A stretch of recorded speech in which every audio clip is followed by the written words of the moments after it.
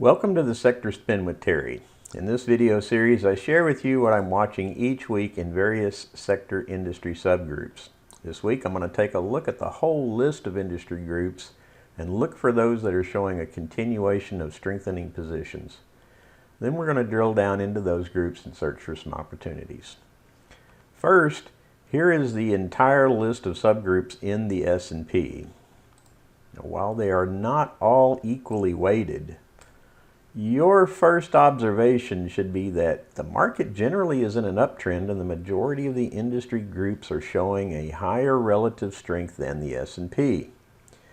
Now, when we use relative rotation graphs to benchmark against the S&P, if this is the entire collective groups representing the S&P, then by design, this group should all be balanced at the center. Now, your eye can play tricks on you. If you tend to think of each of these as equal weight, which is just as I said, you'd say the center is somewhere over here. But each one of these groups is not equally weighted by market cap, of course. But don't let that confuse you. What we need to do is filter through this entire group and find those groups that are exhibiting directional movement conducive to increasing momentum and increasing relative strength against this benchmark.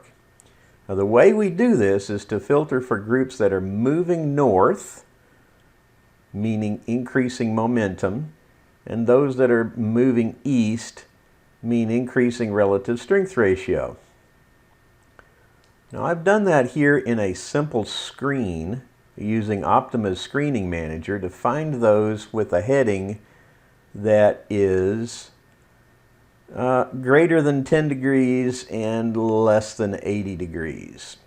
Now, you could use 0 and 90, meaning 0 meaning due north and 90 meaning due east, but I prefer to trim it a bit to ensure that I have some level of increasing relative strength and momentum in everything that the screen returns.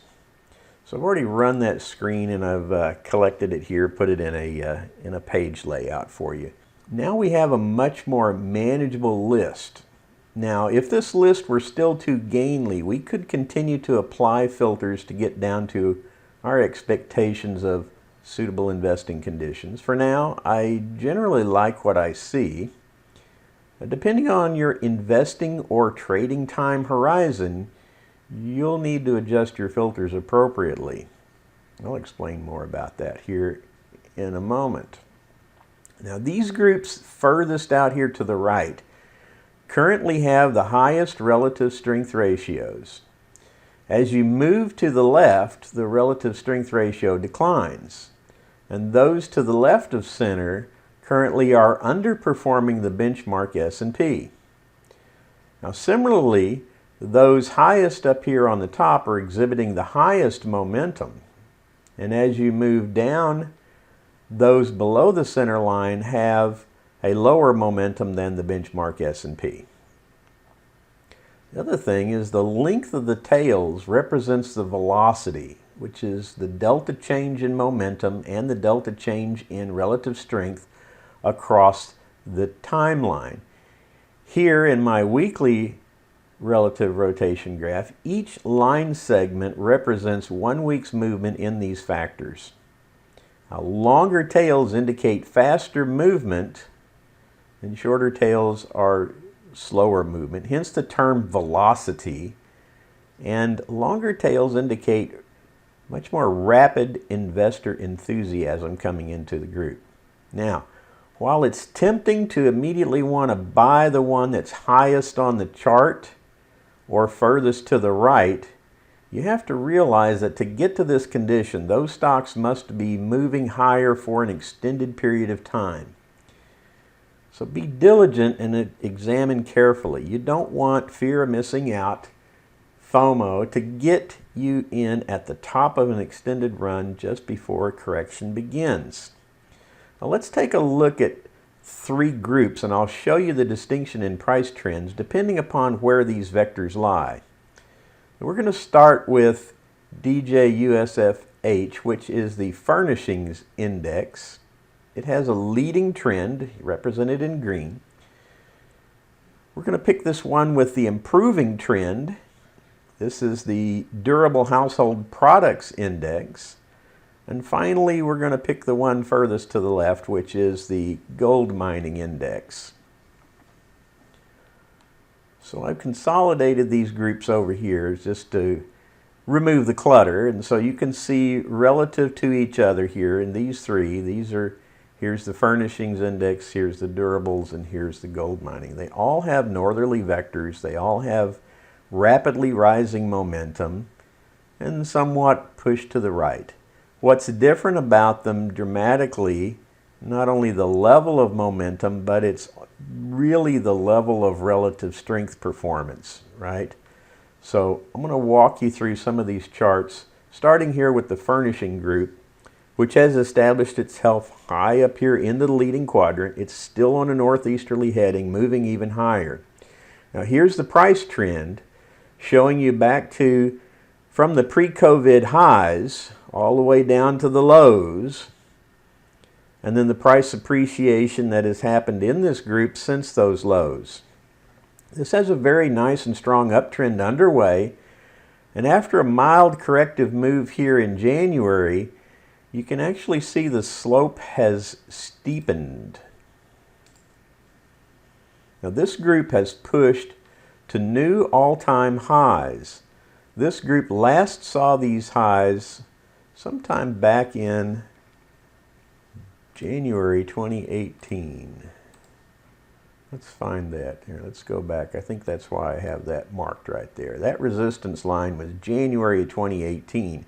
And you can see if you invested in January 2018, you would simply, after 3 years, be back to break even right now, absent any dividends that this Furnishing Groups may have paid to you.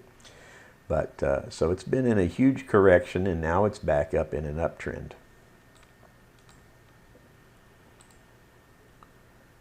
Okay, now let's look at the Household Products Index. Click here, change our chart.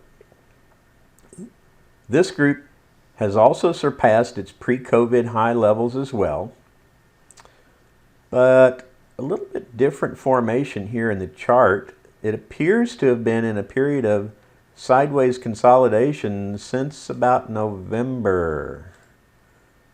Draw you a little bit of a line there, show you this little rectangle area. That's what I'm talking about. That basically is just sideways price action going nowhere. And this is what we call a consolidation. This is a period where the price run up, it takes time to the market to absorb it. But now look what's happening. This group is now starting to move higher. It's now resumed an uptrend, which may take it back towards its all-time highs, which were last seen in June of 2017. Here is June of 2017, June, July area, all the way back up to 349. All right, finally, here is the Gold Mining Index.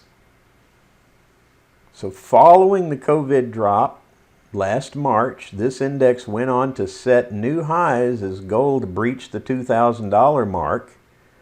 However, since August, this group has been in a choppy correction period, as indicated by this downtrending channel that I've drawn.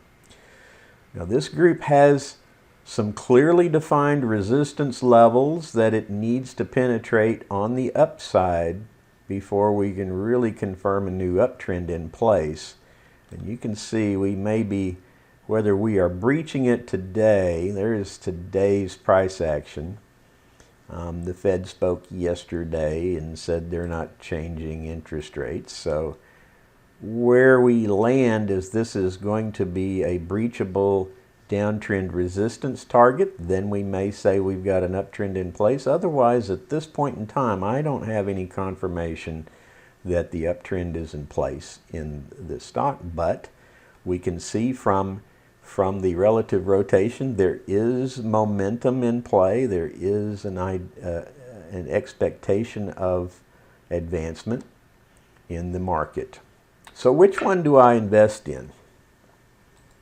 Well, if you're a short-term trader and you want to take a risk on buying into strength in an market that has already seen an extended run, well, then look here to this furnishing index for additional upside.